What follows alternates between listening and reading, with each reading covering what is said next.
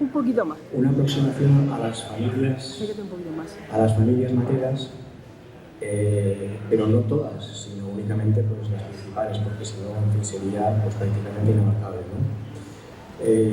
Ha habido una sorpresa en este caso, y ha sido encontrar un registro parroquial adscrito a una parroquia que no es de la Mata, y eso nos ha permitido en fin, bucear prácticamente hasta los orígenes del siglo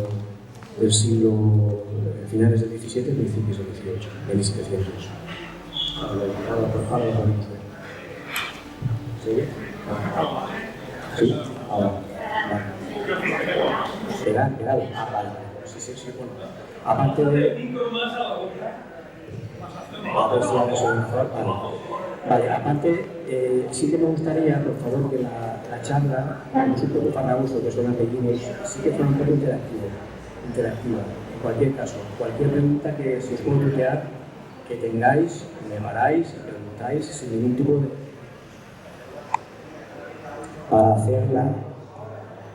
para hacerla más dinámica, ¿no? Y si les aburro, o si os aburro, que lo decís y cortamos. Bueno, pues ya sin más, empezamos. El origen de la Mata, hay diferentes teorías. Quizá ya en el siglo XIV parece ser que se menciona como el lugar de la Mata, pero bueno, según el biólogo investigador Juan Antonio Pujol, dice que su nombre proviene de un arbusto, en concreto el lentisco, que es una mata mediterránea, que es un arbusto mediterráneo, en fin, con unas características muy particulares y que aguanta muchísimo la sequedad y está muy bien adaptado a la zona. Esto sería como teoría.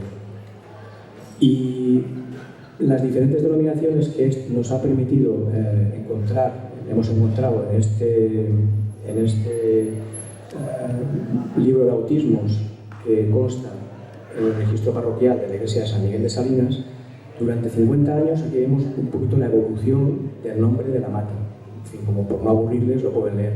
En un principio, en el 14, se llama Salinas Nacionales de la Mata, después se llama Población de las Reales Salinas de la Mata y el Poblado de Torrevieja, ya está indicándonos que Torrevieja empieza a tomar cierto auge. Después se llama la Población de Torre la Mata. En fin, y al final vemos cómo ya en 1847 se le denomina Población de Torre la Mata, jurisdicción de Torrevieja. Insistimos que esta documentación creemos que es inédita y está extractada del libro que ahora veremos, que está a su vez situado o guardado en el registro parroquial de la iglesia de San Miguel, Campo de Salinas, jurisdicción de Orihuela. ¿Y por qué este estudio? Bueno, pues ¿por qué la importancia de la genealogía para entender nuestra historia más próxima? Bueno, pues si todos nos preguntamos la historia de las familias que ya tienen su espacio, pues en fin, los González de Córdoba, los Duque de Medina Sidonia, en fin, grandes militares, grandes banqueros, esta familia en buena medida ya está estudiada. Pero ¿qué ocurría al mismo tiempo con nuestras familias? O sea, con la persona, con nuestros abuelos, bisabuelos, tatarabuelos, con la gente realmente que hacía país, que trabajaba la tierra.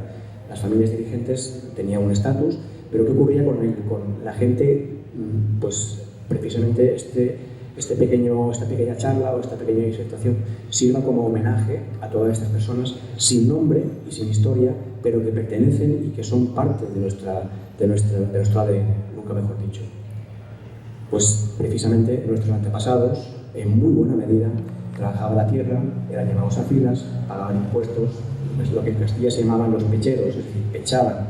Eran jornaleros, eran canteros, eran zapateros, marroquineros, carguajeros, marineros, sangradores, en fin, aquí tenemos pues todas las diferentes oficios que desempeñaban. Mientras tanto, y esto es curioso y se puede ver, siempre y cuando siempre hablamos de, hay que situarse en el momento a que nos referimos, en este caso al siglo XVIII, incluso XIX, ¿no? Sin tener ningún tipo de prejuicio.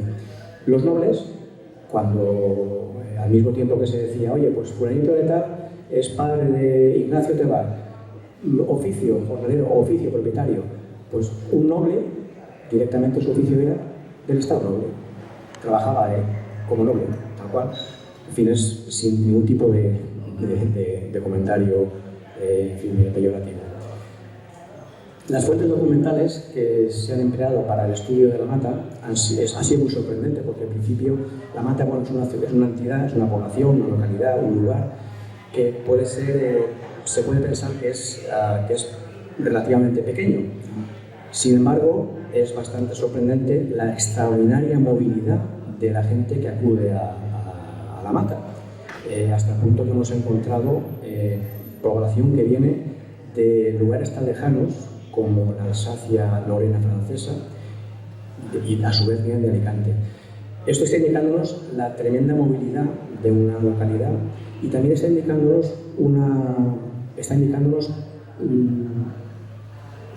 generalmente pensamos que la gente antigua se movía poco.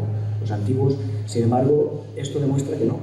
La población antiguamente, hacemos balance de unos 600, 300, 200 años, la población se movía mucho más de lo que pensamos y había mucha más interrelación de la que pensamos, y ahora podremos verlo. Bueno, las fuentes documentales faltan más, a pesar de que, en fin, el archivo de la Catedral de Orihuela, San Nicolás de Alicante, Santas Justas, Rufino de Orihuela, en fin. Pero bueno, el grueso de la charla se centra sobre todo en lo que es la iglesia de Nuestra Señora del Rosario de la Mata y especialmente, y muy especialmente, y esto creo que, insisto, es inédito, en la iglesia de San Miguel de Salinas, que tiene un apartado que aparece un libro de bautismos perdido, y de repente, pues cuando se empieza a investigar, pues nos llevamos una sorpresa, en fin, bastante peculiar, y es esta. Este es el libro en concreto. Este libro nos ha permitido recomponer la historia de La Mata prácticamente hasta 1700. Insisto, las fuentes documentales que se emplean son exclusivamente documentos de los archivos parroquiales. No hay bibliografía. Esto es todo documento, son todos documentos de los archivos parroquiales. La apoyatura es este, porque esta información es extraordinaria. Bueno, este es el libro que aparece en San Miguel de Salinas, y de repente la primera página se puede leer, si nos fijamos un poco, bueno, transcribo bautismos, libro segundo, o sea, ya sabemos que, sigo leyendo, tomo principio en el año 1799, gobernando la Universal Iglesia Pío, por la gracia de la providencia del Papa Pío VI. Bueno, el actual es Pío XIV, pues este es Pío VI. La monarquía de España, el señor don Carlos de Borbón, el obispo de Orihuela, y siendo cura propio de la Real Parroquia, el señor don José Peral y Sala, administrador general y subdelegado de las Reales Salinas de la Mata y Orihuela, el señor don Laureano García de Burunda y contador general don Francisco López de Porras. ¿Qué significa esto? Que este libro, este segundo libro, además está exento de lo que es toda la información de San Miguel de Salinas. San Miguel de Salinas, su archivo parroquial empieza en 1722 y este aparece desperdigado. Al final, un poco como una especie de no sabes dónde ponerlo, y aparece y te pone algo de las Salinas, nada más, y de repente te das cuenta, nos damos cuenta de que este libro hace referencia a La Mata. ¿Qué ocurre? Si tenemos en cuenta que hablamos del año 1799, los bautismos viene el nombre del padre, dependiendo del rector, o dependiendo del amanuense o del escriba o el escribano que tome las notas, si es bueno o si sigue las pautas, podemos saber incluso de dónde son los padres, qué oficios tenían y los abuelos. Por lo tanto, si tenemos suerte, se puede llegar hasta incluso 1700, que es lo que en algunos casos se ha podido ver. Gracias a esto, pues, se ha podido recomponer buena parte de la historia, documentalmente hablando, insisto, a nivel parroquial, del lugar de La Mata, o de la población de La Mata. Bueno, un poco para empezar ya con lo que es para hacer buca, digamos, ¿no? ¿Qué ocurre con los apellidos? Pues tenemos aquí un apellido bastante curioso, y este apellido se denominan, o me he permitido la licencia de denominarlos regresivos. ¿Por qué? Pues se extinguen. ¿Por qué se extinguen? Pues después, si tenemos tiempo, se puede explicar. Bueno, para ver un poco la extraordinaria movilidad de la gente que viene aquí, por no aburrirlos demasiado, vemos que este hombre efectivamente nace en San Miguel Campo de Salinas, jurisdicción de la ciudad de Orihuela. Orihuela era una gobernación extraordinariamente grande, y toda la Vega Baja pertenecía a ella. La Mata no, la Mata pertenecía a Guardamar. El poblado de Torrevieja sí que pertenecía, las salinas de Torrevieja pertenecían a Orihuela. Bueno, pues en este caso nos hemos referido al nacimiento al bautismo de esta niña. Nace en 1778, nace y es bautizada en el campo de la Mata. Y aquí podemos ver, insisto, la extraordinaria movilidad. El padre es don Juan Lurquín. Cuando vemos un don Juan, o un don, perdón, ya sabemos que la persona es de postín, o sea, es una persona importante dentro de lo que es la sociedad, la estructura social o estamental de la época, y está indicándonos que tiene bastante prestancia. Hay muy pocos don en la familia, las partidas. Generalmente suelen ser o bien rectores, o sea, sacerdotes, o bien doctores, galenos, que también se les llama así, o físicos, médicos en definitiva, o bien gente de la alta nobleza, o de la nobleza. Bueno, don Juan Lurquín, y aquí tenemos, este hombre es natural de la ciudad de Orán. Para la época, en 1778, Orán pertenecía a la monarquía hispánica. Bueno, y este hombre a su vez es hijo de doña Josefa doña Josefa Puig Cerver, escrito en catalán, de la ciudad de Alicante. Bueno, los abuelos, y aquí es donde viene lo curioso, son don Juan Lurquín, otra vez don Juan, natural de la ciudad de Zamora, y doña Isabela Ioni Fabregat, natural de la ciudad de Tortosa. Y los abuelos maternos son de San Juan de Alicante. O sea, para que vean un poco, bueno, pues este apellido, que en principio aparece en San Miguel de Salinas, llega a la Mata y se acaba. ¿Por qué? Pues es una niña. El resto de parentela de este apellido fallecen. Fallecen o simplemente son más niñas y sus apellidos desaparecen. Y aquí tenemos la niña, es hija de Francisco Lurquín, jornalero. Aquí tenemos ya un cambio y hacemos hincapié en esta fecha. Después veremos 1811, es un año crítico para el Estado español, para el Estado, para la nación o para la monarquía hispánica. Es crítico, después veremos por qué. Bueno, ya vemos que el padre es Francisco Lurquín, ya no lleva el don, a pesar de que sus padres y sus abuelos, los bisabuelos de la niña, llevaban don, él es jornalero.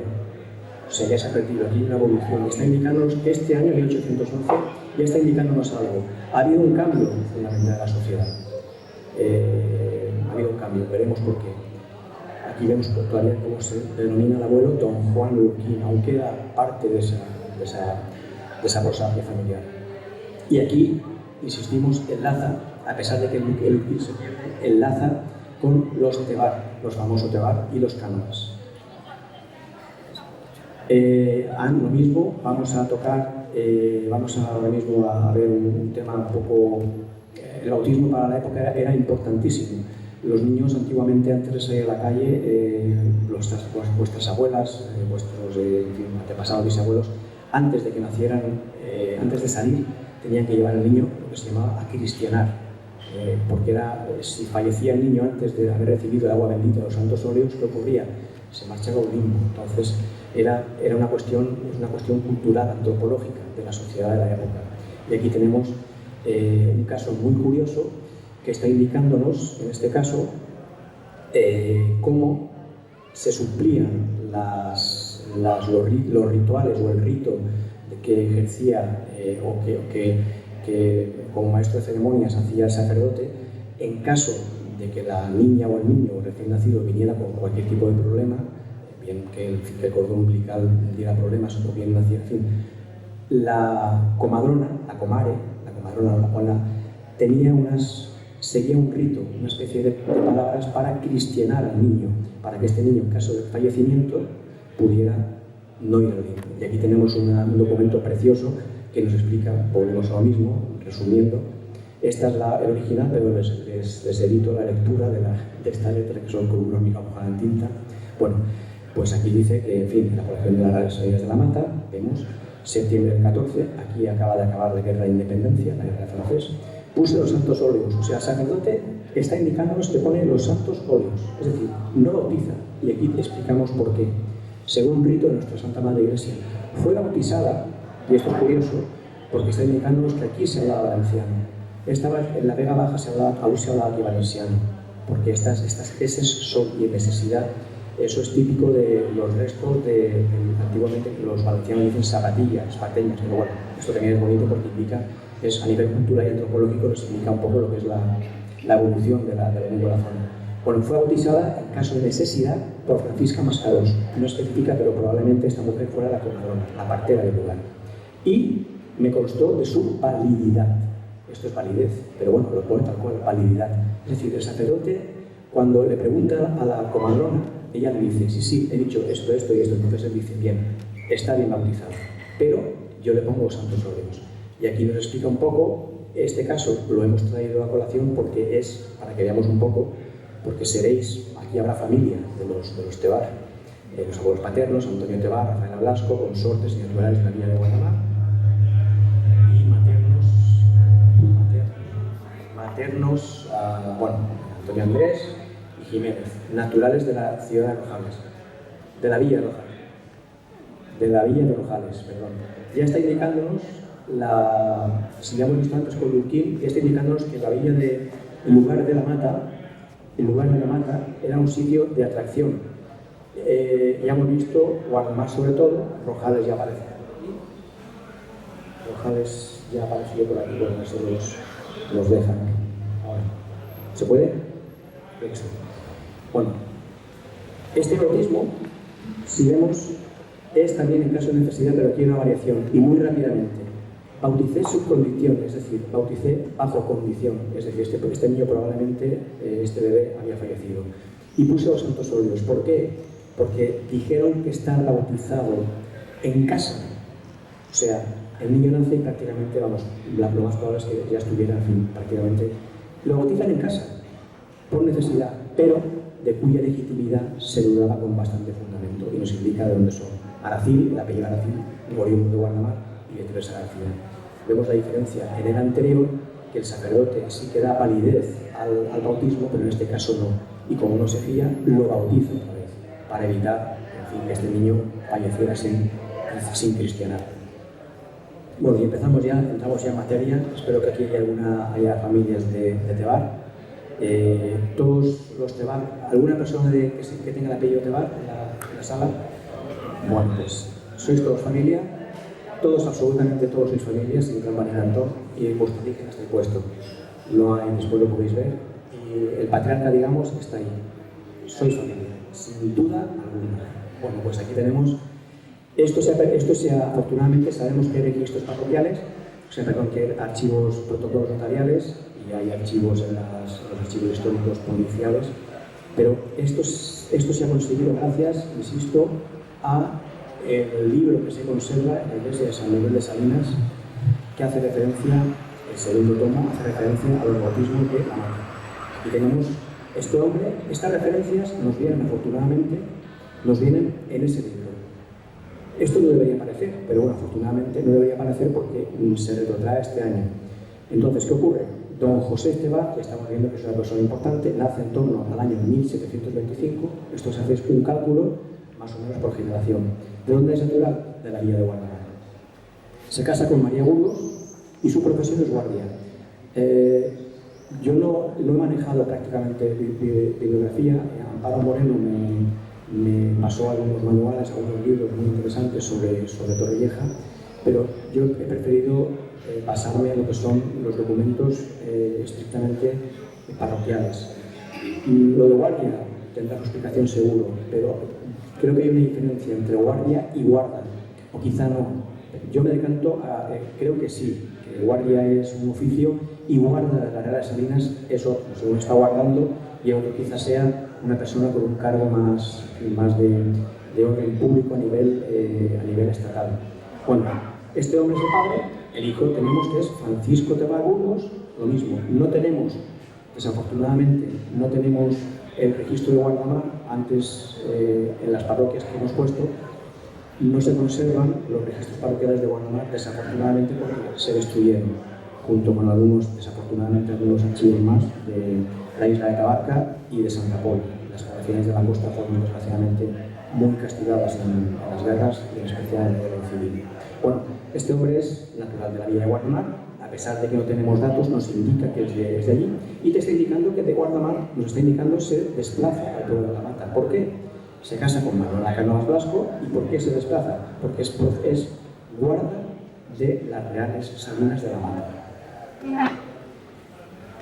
Al mismo tiempo, hemos tenido también una suerte extraordinaria, porque al mismo tiempo que hemos hablado de que se conserva ese segundo tomo de bautismos de la Iglesia de San Miguel de Salinas, hay una referencia al apellido Tebar, que nos da información extraordinaria también, gracias a este documento. Y este documento es la partida de bautismo, se encuentra en la iglesia de Ligastro. Os voy a evitar la lectura, pero bueno, para que conste que no es ninguna invención. Y aquí tenemos la transcripción. Bueno, esta partida es fantástica. Este es el nieto de los bautistas. Esta es fantástica por lo siguiente. Nos indica que nace en Ligastro. Además nos indica que es bautizado sin condición, es decir, es un niño que nació con problemas, pero este niño, a pesar de haber nacido con problemas, vivió. O sea que, afortunadamente, no hay duda, o sea, es él, cuadra, porque no hay más José Tebar. Y además tenemos después la partida de él, la partida de su hija. Este hombre nació en Ligastro, desconocemos por qué, pero vuelve a indicarnos la tremenda movilidad de las familias de la zona. Es hijo de Francisco Tebar, guardia de las Salinas, o sea, del anterior, y de Manuela Cánovas Consortes. Naturales y vecinos, aquí hay un equívoco, es tal cual transcrito, y hay un equívoco por parte del sacerdote, o del amanuense, o del escribano. Yo lo dejo tal cual. Naturales y vecinos de Torquemada y naturales de la villa de Guardamar. Realmente son feligreses y vecinos de Torre de la Mata.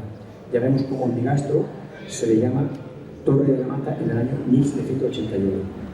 Puse por nombre y ahora viene lo que creemos que es importante, es muy importante. Abuelos paternos: José Tebar, guardia, y María Burgos, consortes y naturales de la referida villa. A ver, no te vayas ahí. Y María Burgos.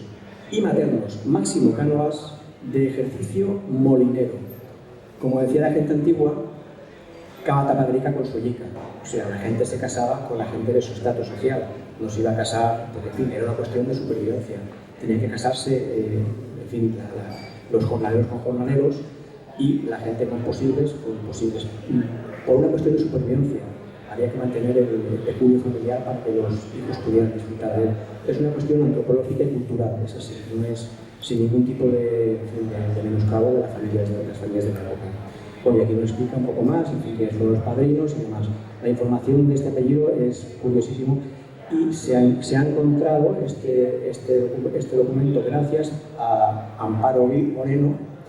Le pregunté: ¿y por qué lo hemos encontrado? Pues porque en el nacimiento de esta niña, estoy guiándoos un poco, pero bueno, esta es la bisnieta. Y aquí hay una referencia que dice: del lugar nuevo de los canónigos. ¿Y qué es eso? Entonces, esta niña, su padre, dice que nace en el lugar nuevo de los canónigos. Bueno, pues resulta que efectivamente el lugar nuevo de los canónigos es Ligastro, que es una población que pertenecía al cabildo de Orihuela. Y aquí tenemos que gracias a este documento hemos podido tirar el hilo y encontrar, pues, tenemos un documento que nos explica todos los orígenes, los oficios de la familia Tebar y su posición social. Bueno, seguimos por otro mucho más y vamos ahora con un apellido que resulta bastante curioso. Lo mismo, este apellido es regresivo, es decir, se ha perdido. ¿Por qué se pierde? Bueno, pues para que una estirpe o para que las personas nazcamos hace falta un hombre y una mujer, está claro, pero la mujer tiene que ser una mujer excepcional, en el sentido que tanto biológica como genéticamente tiene que tener, tiene que ser una buena portadora dar a luz, y el esfuerzo que supone para una madre, para una mujer dar a luz, es tremendo. Por eso a veces cuando se habla de la superioridad, en fin, yo creo que no hay lugar a dudas. Las madres, sabéis qué es lo que supone tener un niño dentro. En fin, los huesos se escalcifican, las encías se retraen, en fin, es un esfuerzo tremendo. Pues imaginaros, para la época las madres tenían 10, 12, 13, 14 hijos. En fin, entonces esto suponía el esfuerzo por parte de las madres, era un esfuerzo tremendo. Y las madres, si daban a luz a estos hijos, era porque había una mortalidad infantil bastante alta. Primero, la madre tiene que ser una mujer excepcional, junto con el padre, genéticamente tienen que ser, o sea, tienen que ser biológicamente compatibles.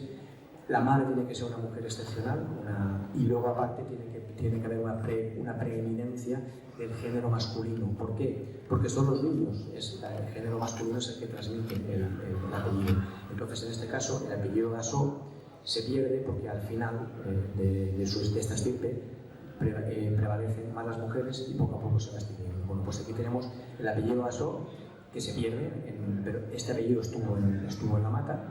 Pues vemos que en los orígenes, en principio, aparece en Novelda y es originario de la villa de Moixent, en Valencia. Hablamos del año 1653, volvemos a lo mismo. Este documento consta en Novelda. ¿Y por qué hemos llegado hasta aquí? Bueno, por no aburrirles mucho más, que se nos acaba el tiempo. Este es Gaspar Gassó, profesión dependiente de Salinas, está indicándonos dónde nace en Novelda y se traslada para acá. Vuelve a ponerse en relieve la importancia de las salinas de la Mata. Es el oro blanco, la sal, atraía muchísima población de diferentes lugares y había una movilidad extraordinaria. Era una especie, en fin, de nuevo el dorado blanco de la zona. Venía gente, en fin, de Novelda, como hemos visto, de Rojales, de Bigastro, del Pilar, de Crevillente, incluso de Elche. O sea que es una zona de atracción de muchísima población no oriunda de aquí. Es decir, como comentaba antes Ana Zomeño, La Mata y Torrevieja se fundan básicamente por un aporte de aluvión de gentes que han venido de otros lugares. En este caso, el turismo actualmente, pero en esta época la sal, el oro blanco, es lo que atrae, es un foco de atracción potentísimo para todas estas poblaciones cercanas y sobre todo para los oficios. Aquí venimos otra vez, además nos damos cuenta de la importancia. Es curioso porque las primeras personas que vienen de otras localidades es gente que está a nivel económico realmente bien situados. Son dependientes de Salinas, son labradores, son comerciantes. Incluso tenemos el caso de una familia que no se ha puesto para evitar hacerlo demasiado largo. En la familia de apellido Ors son especieros y vienen de Orihuela haciendo un recorrido y al final acaban en la Mata. Actualmente vive una descendiente de este apellido Ors que no ha podido estar porque está haciendo un viaje. Bueno, seguimos con la familia Gassó, el origen del apellido Gassó. Aquí ya vemos cómo la tercera generación se traslada de Moixent a Novelda y de Novelda aparece ya en Torrevieja.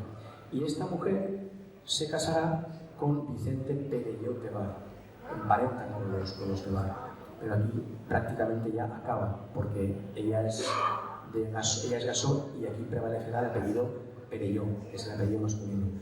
Si la semana pasada estuvieron en la conferencia que nos dio Amparo Moreno Viudes, nos habló de Justo Gil Perelló. Pues aquí tenemos sus antepasados. Si después tienen curiosidad, les apetece o no tienen ganas, ahí tienen toda la ascendencia de los Justo Gil Perelló.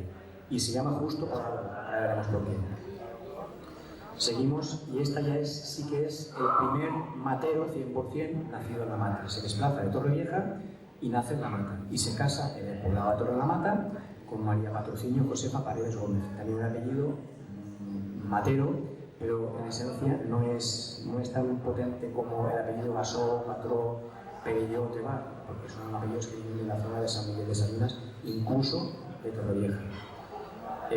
Aquí está explicándonos también toda la de donde son originarios, y también este es el matrimonio. Está indicándonos, en este caso nos indica que son familia, son deudos en cuarto grado con sanguinidad, de cuyo impedimento, esto se sirve un poco como curiosidad, de cuyo impedimento han sido dispensados en virtud de autoridad apostólica. Es decir, para poder casarse este matrimonio tuvieron que pagar el oro correspondiente a las autoridades eclesiásticas. Esto ni es bueno ni es malo, simplemente se abonaba, se compraba el permiso para poder casarse, y gracias a esos abonos y a estos pequeños impuestos religiosos, las iglesias, los registros parroquiales existen. Y vemos la importancia tan tremenda que tienen los sacerdotes para la época. Si leemos más allá de lo que es únicamente, nos damos cuenta que certifico, es decir, el sacerdote, el cura de armas, es el que valida, es el fedatario. O sea, para que veamos un poco la importancia de efectivamente esto literalmente iba a misa. Este documento es oficial. No es, aquí vemos todavía como el Estado y la Iglesia siguen estando bastante imbricados.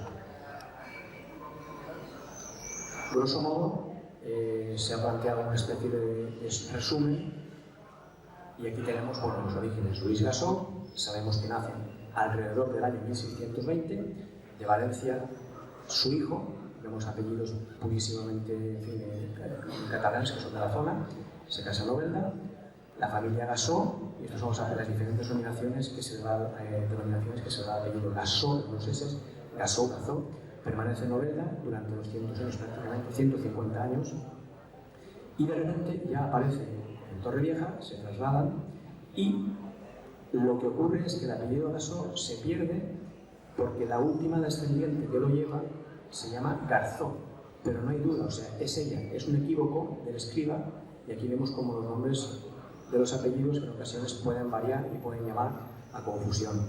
Esto después puede generar problemas. Yo he visto, así como anécdota, el caso de un registro civil, una familia que venía de Alicante, porque había 4 hijos que se llamaban Menargues, con S, y el último hijo y cuarto y quinto nació en Alicante y le puso el funcionario Menarguez, con Z. El padre falleció y cuando van a ver la cuestión testamentaria no podía ser, porque había 4 hijos con Menargues y el último con Menarguez. Y se tuvo que hacer un expediente para modificar el apellido. Esto nos da un poco, nos pone hincapié en la importancia de los apellidos y que se escriban bien. Bueno, para romper un poco la dinámica de los patrón, este es un caso bastante curioso y quizá a alguno de vosotros os sonará. Esto es un caso típico de hijo de sustitución y al mismo tiempo un nombre tótem familiar. Si recordamos, si hacemos un poco de memoria, todos tenemos en nuestras familias antepasados, bien sean mujeres, bien sean hombres, que han sido un referente en la familia. Bien porque ha sido una persona, pues, en fin, que ha tenido 14 hijos o ha tenido diferentes empleos, o bien ha sido una persona pues, que era, tenía una posición económica bastante relevante, o bien porque era una persona pues, que tenía una prestancia muy importante para la familia.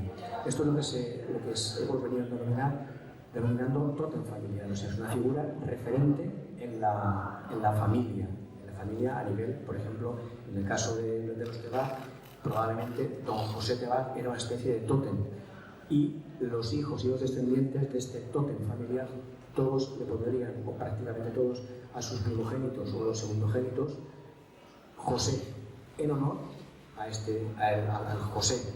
Es muy importante para la familia a nivel cultural y a nivel antropológico mantener vivo el recuerdo de esta persona que marcó de una impronta definitiva a la familia. En este caso se juntan las dos características. Por un lado, el nombre de Ruperta.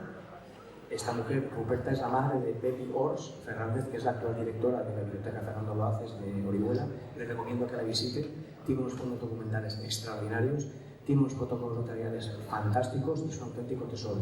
Bueno, pues esta mujer es matera, le pedí permiso y por supuesto me he dicho que sí, no va a poder existir porque, como hemos comentado, está de viaje. Bueno, pues esta mujer, Ruperta Fernández Rico, es su madre. Si hacemos una búsqueda con la pluma de la partida de bautismo, que es esta es la madre.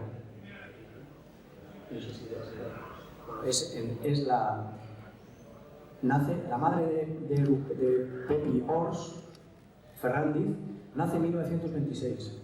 ¿Pero qué ocurre?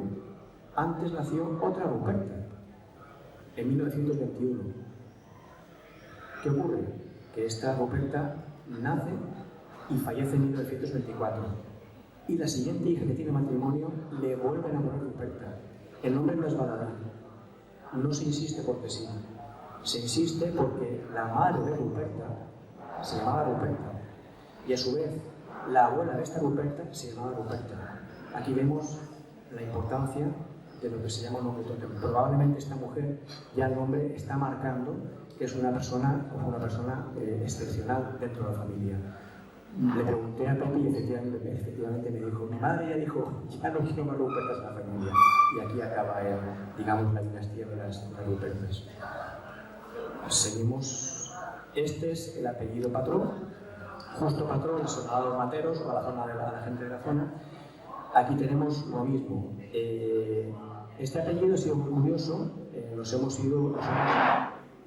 que patrón, que parece que sea de origen catalán, la sorpresa es que no es de origen catalán, es de Lorena, de Francia. Y aquí tenemos la transcripción del bautismo que consta en San Nicolás de Alicante. Y aquí tenemos cómo se indica precisamente, en fin, yo Desposí, no sé si me llama valenciano, pero bueno, les traduzco al castellano,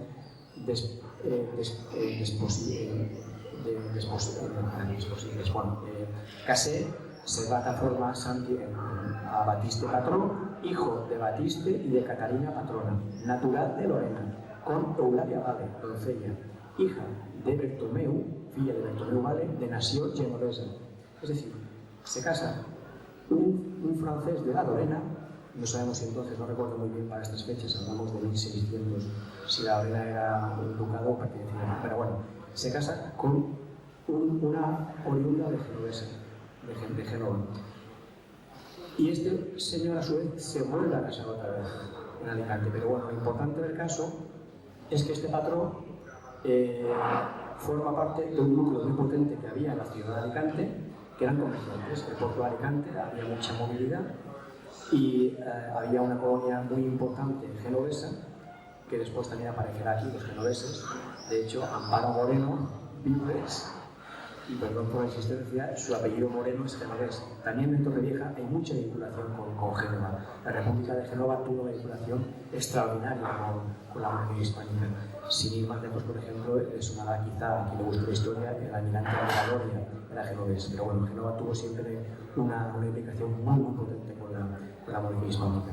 Y efectivamente, bueno, pues aquí tenemos los apellidos que a nivel genético los patrón, justo patrón, lo tiene. Se ha perdido, pero bueno, tiene patrón, tiene Vale, tiene el apellido Polio, bueno, se casan y esta familia, que son eminentes, no tengo la documentación, no habla el sacerdote de su profesión, pero este hijo, que nace en Alicante, que nos dice que su padre nació en genovesa, de repente se traslada a Monóvar. No hay trampa ni cartón, es él, y esto es un poco como lo que hablábamos de sota, caballo y rey. Empezamos a estirar el hilo, si el sacerdote ha sido bueno y ha apuntado, nos ha notificado entre uno de los padres, podemos ir buscando. Si los archivos parroquiales se conservan, podemos llegar a este caso que es excepcional. Es excepcional en este caso porque hemos llegado hasta Francia, de 1600. Bueno, este chico se casa en Monóvar, este patrón se casa en Monóvar, y a su vez nos vuelve a indicar que es en su casamiento, nos dice que es natural de la ciudad de Alicante y vecino desde su pequeñez de la villa de Aspe, y se casan con Catalina Romano. Bueno, realmente esto es el bautismo, el matrimonio de que está indicándonos todo el recorrido vital de esta persona. De Alicante pasa a Monóvar. ¿Y por qué? ¿Por qué se mueve esta familia? Pues porque está indicándonos que su profesión es tendero. Es decir, tendero, pero no un tendero a la época. Las tiendas de la época, hablamos para el año 1783, necesitaban unas licencias, se compraban las licencias, y en las tiendas se vendían productos de ultramarinos, y para eso, en fin, hacía falta posibles, y no cualquier persona podía ser tendero. Y a su vez está indicándonos, se casa, si no recuerdo mal, con un molinero, pero bueno, no recuerdo ahora mismo. El caso es que tenemos, en fin, este es el bisabuelo de Justo Gil Torregrosa, y está indicándonos otra vez lo mismo, las diferentes procedencias de la población que va a acabar en la mata. Aquí tenemos que los abuelos son de Monóvar, son de San Miguel de Salinas, Campo de Orihuela, y se casa con Justa Ortiz de Guardamar. Profesiones, en un principio era tendero y después va a ser molinero y tendero. Estamos a las mismas. Un molinero para la época era una persona dentro del tercer estado, una persona con bastante posibles. Era la persona que tenía la licencia, entre comillas, de hacer pan. Los molinos habitualmente el concejo los subastaba y compraba la concesión durante X años las familias. En este caso, pues, está demostrándonos que esta familia es una familia muy bien situada para la época. Aquí vemos el apellido patrón, lo mismo, Justo Gil Torregrosa, que esta es la abuela, está en Aspe, sigue en su bajada, y aquí tenemos resumido, por no aburrirles, digamos, el origen de patrón. En fin, nace alrededor de 1650, donde se casa, donde son naturales y al final donde acaba. Y este hombre, que lo citó la semana pasada Amparo Moreno, es Justa Patrón Ortiz, es la que será también un personaje tótem de la familia, porque Justa será la que llame a su nieto, Justo. De ahí viene la importancia de estas personas. Fue una mujer excepcionalmente importante para la familia. Es natural de Aspe, pero bueno, al final acaba en lo que es la Maza. Y esta es la realidad, es un poco dura, pero bueno, también les he puesto para romper con el apellido patrón, para cortar un poco, para que veamos la dureza de la vida de la gente normal y del lugar. Aquí tenemos el cadáver, si se dan cuenta, está escrito tal cual, en mayúsculas. El sacerdote le da una importancia fundamental al cuerpo de la difunta. Lo pone en mayúsculas, porque no es un despojo, o sea, es un cadáver, sigue siendo persona, y por eso se pone en mayúsculas. Es viuda de José Fernández, o sea, esta mujer tiene 24 años y ya es viuda. Hija de José Fabidal, esta mujer tiene su historia, pero se ha perdido, y ya no sabemos nada más de ella. Y murió el mismo día. Es una cosa bastante excepcional, porque para la época, 1867, las defunciones, antes de proceder a las exequias y al enterramiento, se esperaban 24 horas. Se le entierra el mismo día. Es hija de estas personas y murió el mismo día. ¿Y de por qué? Por su reparto. Y encima también esta pobre mujer, literalmente, esta mujer fue enterrada por amor de Dios, es decir, por amor de Dios. No tenía nada y se enterró por amor de Dios. No les he puesto de que certifico, no les he puesto que también no está puesto que el hijo también fallece. Aquí acaba la familia. La mujer viuda con 24 años, el niño también fallece y ella también fallece. Esta es la realidad de la época. Y aquí tenemos un documento excepcional, gracias al libro que se conservaba en San Miguel de Salinas, excepcional en todos los aspectos. Ahora que está tan, desafortunadamente hemos pasado una pandemia tremenda, la del COVID, ya en el siglo XIX tenemos también pandemias tremendas que azotaron todo el mundo, el Estado español, la monarquía hispánica y Europa, por supuesto. No hace falta que nos retrotraigamos a la época de las grandes pestes de 1348 o la última que hubo en Europa, que fue en 1711 en Marsella. Estamos hablando de que en el imaginario colectivo de nuestros antepasados esta fiebre no existía y la gente tenía pánico, pero tanto aquí como en el resto de Europa. La fiebre amarilla es una enfermedad que surge en África y bueno, se puede buscar por internet, no lo voy a extender más. Bueno, pues la fiebre amarilla llega y azota el sudeste peninsular y provoca, se calcula aproximadamente, para la época, para 1811, se calcula que fallecieron cerca de 250.000 personas. Para una población que había entonces en España de unos 11 millones. Aquí se ceba especialmente en esta zona y en otros sitios también. Para la misma época hay documentos excepcionales, muy bonitos, aunque muy tristes, en Benferri, por ejemplo, Benferri que está cerca, está al lado de Huela, que se evitan no se hacen los rituales religiosos y directamente se escribe, el cura escribe, fue enterrado sin ritual en un bancal por orden gubernativa. La epidemia era tan grande y el pánico al contagio era tan tremendo que ocurrió lo mismo que ha ocurrido con el tema del COVID.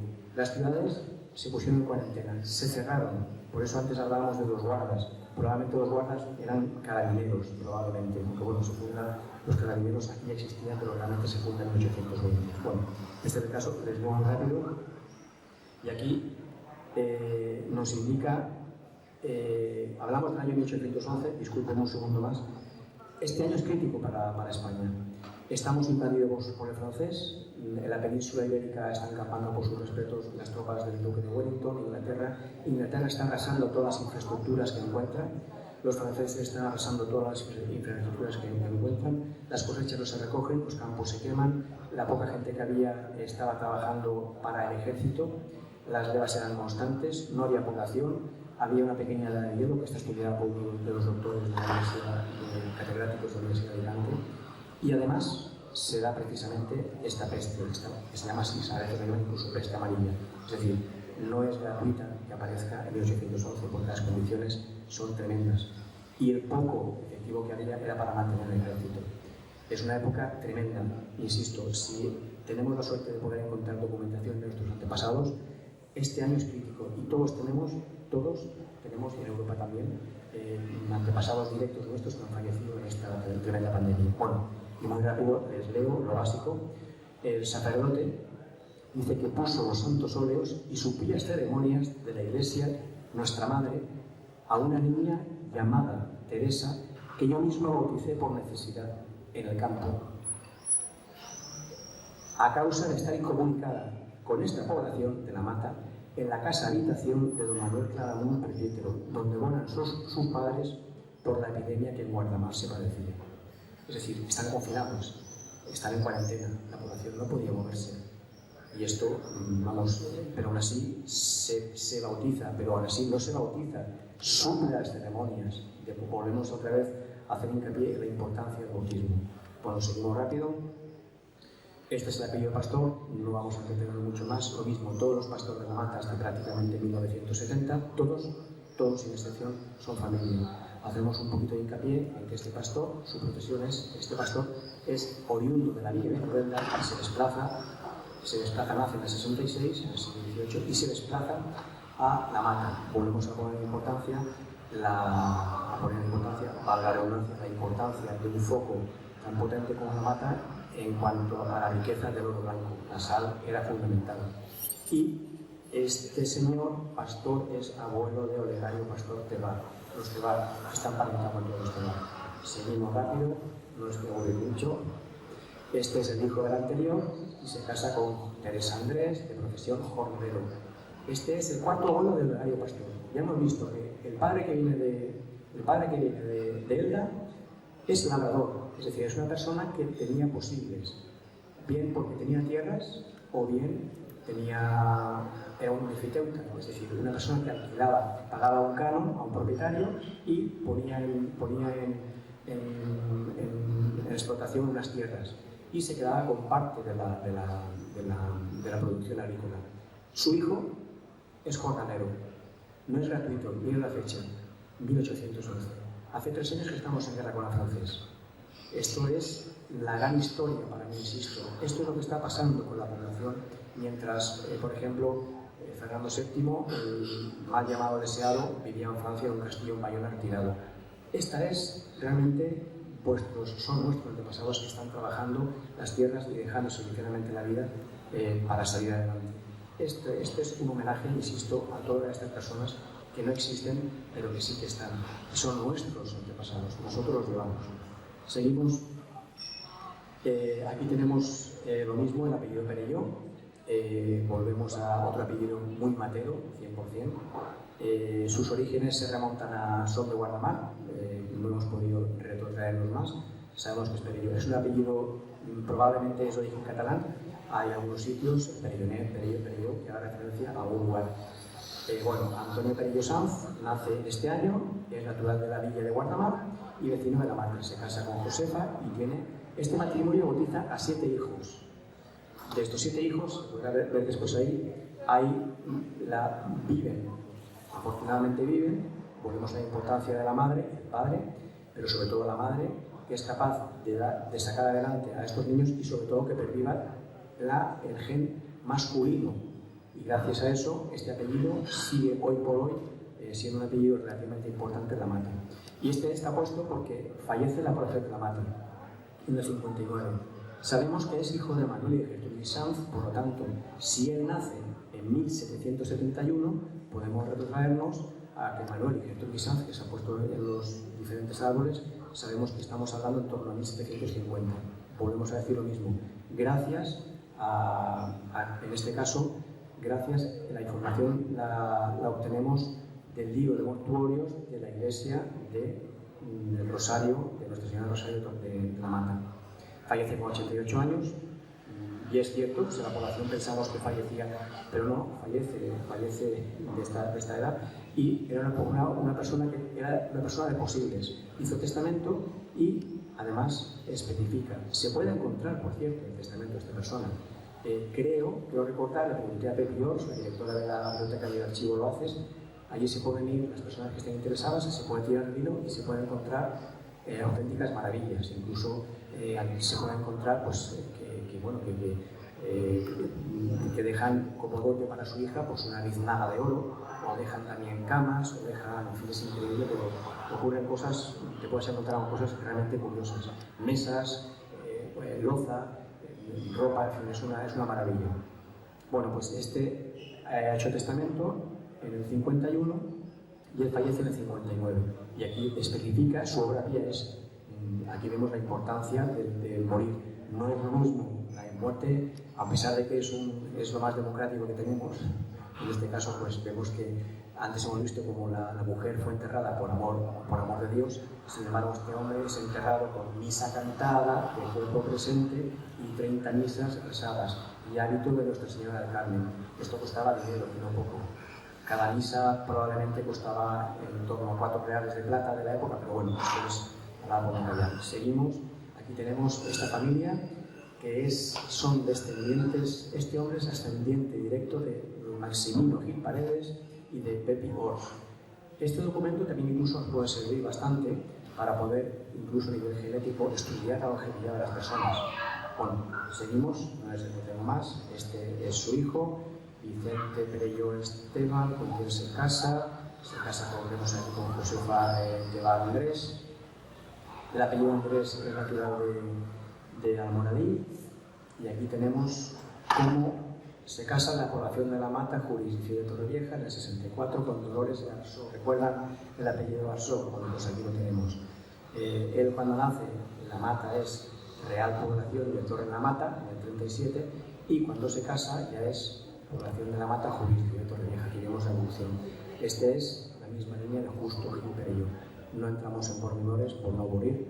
Seguimos, Antonio Perelló, nace en La Mata. Este es el primer matero que tiene ya se ha trasladado de Guardamar, y Antonio Perelló, nace en el poblado de Torre la Mata y con quien se casa, con Josefa Paredes, que hemos comentado antes. Y aquí tenemos los materos, conocerán probablemente esta familia, son Leonarda Santos Hernández, misma línea que Justo Gil Perelló. Origen del apellido Perelló, volvemos a lo mismo. Este hombre que nace en La Mata en 1925 se casa con Juana Gil Soto. Este Gil, volvemos a lo mismo, su origen lo tenemos también localizado. Son todos familia.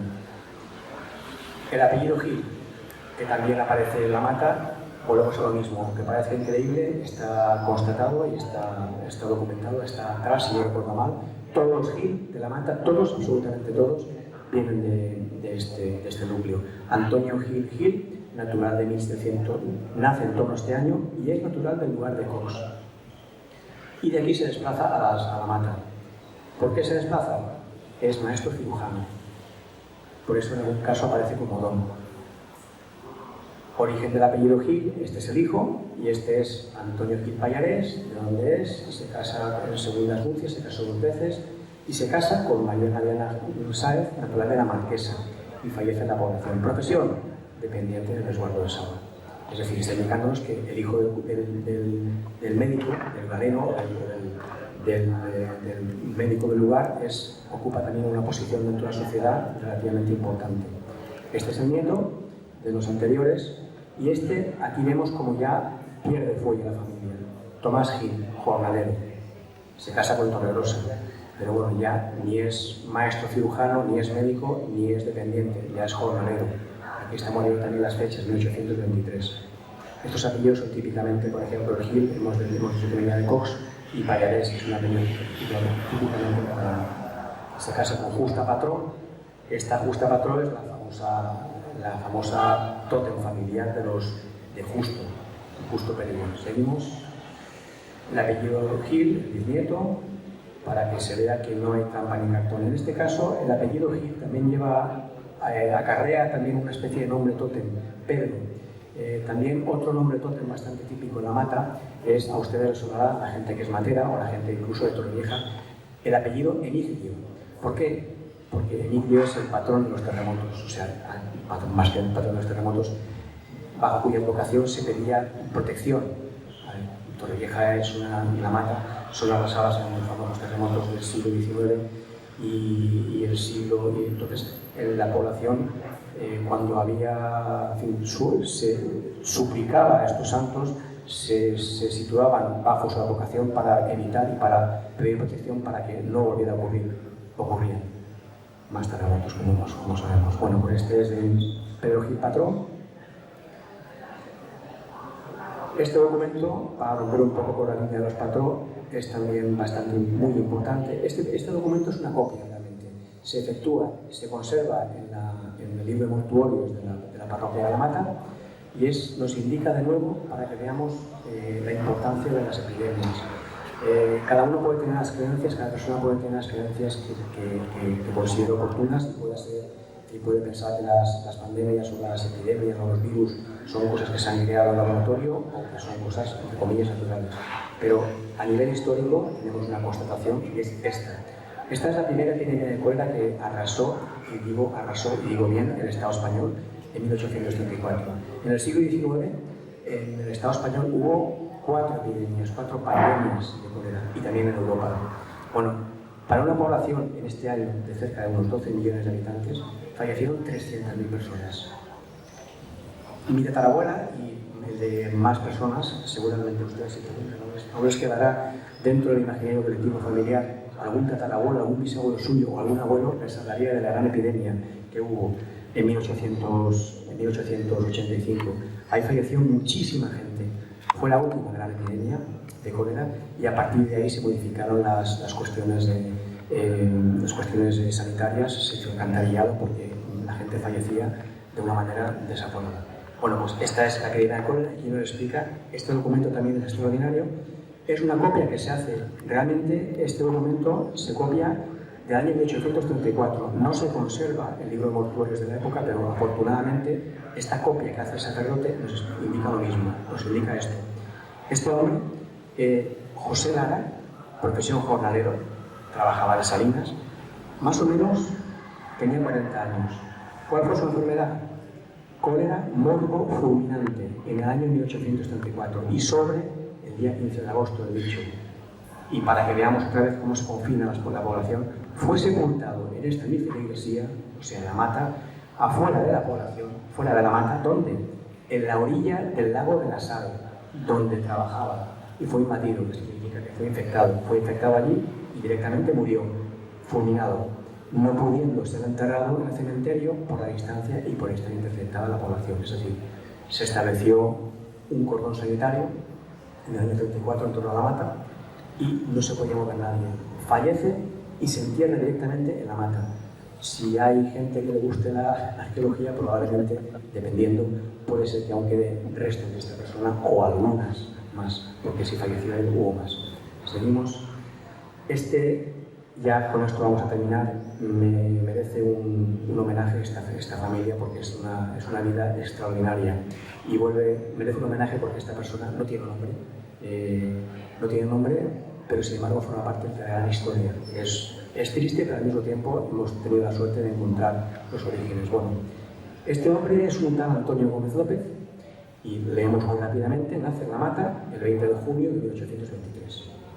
Bautiza a un niño, hijo de Mariano, jornalero, es hijo de un jornalero, o sea, una persona del 85% de la población que eran jornaleros, es decir, trabajaban a jornal, tanto trabajaba al día, tanto ganaba más. Natural de esta población, o sea, era de La Mata, es matero, y de Josefa López. Este sacerdote es muy bueno porque pone que el padre es de La Mata, pero la madre es de Benijojón. Y quise indagar un poco más porque me llamó la atención y sobre todo por ponerle dentro de lo que es la historia, por lo menos la historia de ustedes. Y efectivamente buscamos nació en el 23, existe, está bautizado y buscamos su origen y efectivamente la madre nace en Benijófar. Y para que veamos otra vez la tremenda movilidad de una persona que nace en Benijófar. Bueno, la madre es de Benijófar, la madre se llama Josefa, como hemos visto antes, hija de Josefa López. Aquí está Josefa Luisa, hija de Pedro López. Bueno, pues esta hija, o sea, el padre es del lugar de Benejúzar, la madre es de la parroquia de San Miguel, Campo de Salinas. Ahora, los abuelos paternos son Ramón López, o sea, este apellido viene de la ciudad de Murcia, y Feligrés de Santa María, es decir, bautizado en la catedral de Murcia. La madre, la abuela, bisabuela de este hombre, es de Fuente Álamo de Murcia, obispado de Cartagena. Y los abuelos maternos, José Lorenzo, natural de Almoradí, y Josefa Antolinos, natural de la parroquia de San Miguel, Campo de Salinas. O sea, para que nos demos cuenta la tremenda movilidad de una persona, en fin, que aparece como jornalero de San Miguel, aquí en la Mata, que es enterrado. Pues esta es toda su historia, que no existe esa fortuna, o sea, existe, ahora existe, se le ha puesto un huequecito dentro de este palacio. Y esta es la pena de esto, o sea, la realidad cotidiana de la época. Este hombre es marinero, es uno de los escasos marineros que hay en la población de la Mata. No había muchos más en Torrevieja. La población de la Mata, marineros eran contados eran nada más contadas. Bueno, pues aquí está la transcripción de la defunción. Este hombre se entierra, digamos, no se entierra, su cementerio fue el mar. Y aquí tenemos, por resumir, que queda ya muy poquito, ya les dejo.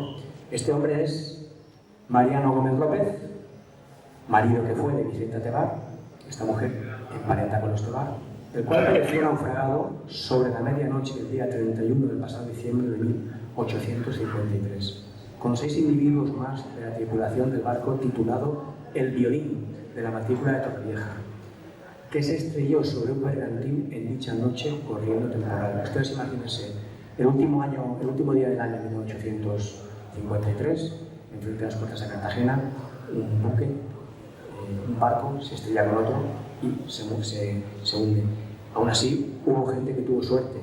Un tebar tuvo suerte, y aquí lo vemos, si seguimos leyendo. Se hace un informe, la gente antigua, pero tenía, sobre todo, sacerdotes, que son los que constan y certifican. Este sacerdote hace una investigación. Primero, se basa en la documentación obtenida en el Tribunal de la Marina y después obtiene una información declarada de Olegario Tebar y García, marinero natural de Figueres de la Mata, de Francisco Frutoso, y te dice que son los únicos 3 individuos que se salvaron. ¿Por qué se salvaron? Porque se agarraron a la orla, lo pone aquí, a la orla y a los correles del bergantín, y el capitán del bergantín los llevó al puerto de Cartagena. Quien tenga familia en Cartagena, pues bueno, aquí se ve un poco lo que es la realidad de la época. No acaba aquí el infortunio de esta persona. Tuvo trillizos, el matrimonio tuvo trillizos, está constatado. Ramón, Juan Antonio y María del Pilar. Nacieron y vivieron. El primer niño falleció al segundo día de su nacimiento, al día siguiente de su nacimiento. El segundo hijo falleció al segundo día, el primero nació, y la tercera hija, María del Pilar Gómez y Tebar, falleció a los 5 días. Esto a día de hoy no hubiera ocurrido, probablemente, hay incubadoras, pero bueno. Sus trillizos fallecen en junio del 53. Él falleció en el 53 también, un poco tiempo. Esta es la vida de la época, esta es la vida de la población de la época. Este es un apellido también regresivo, el apellido Coque, de repente aparece en la Mata, pero bueno, ya ponemos prácticamente punto y final. Es dependiente de Salinas, viene de Piñera, volvemos a poner de relieve la importancia de la Mata, un señor que viene de Piñera, del obispado de Oviedo, y efectivamente se casa y tiene descendencia. Pero las hijas que tuvo fallecieron. Tuvo 2 hijas y fallecieron. El apellido desapareció de la Mata. Y este apellido también es un apellido, volvemos a lo mismo, regresivo. Esta documentación nos ofrece esta documentación nos ofrece una información bastante interesante. Muy rápidamente. Sargento de Carabineros, este hombre, José Rico. Este hombre es el tatarabuelo de Pepi Ors. Bueno, José Rico es natural de Llano, provincia de Oviedo, y se casa aquí. ¿Por qué? Y él es su oficio es sargento de Carabineros de esta comandancia de Alicante. ¿Por qué lo traen desde Oviedo hasta aquí? Los Carabineros es un cuerpo que se crea en 1829 aproximadamente y se disolverá, se integrará a la Guardia Civil, al acabar la Guerra Civil en 1940. Los Carabineros se encargaban de las fronteras y para evitar el contrabando. Si el carabinero era de la localidad, conocía a la gente. Si era amigo de la gente, iba a hacer la vista gorda. Por eso, para el control de la población, el Estado tenía que mover a las personas y traer a las guardias civiles, a la Policía Nacional de diferentes sitios para que el poder se ejerciera realmente. Y bueno, esta es la última. Esto es un homenaje a todos nuestros antepasados y antepasadas, y su historia es nuestra, su memoria y su vivencia merecen espacio en esa historia. Y gracias por su atención.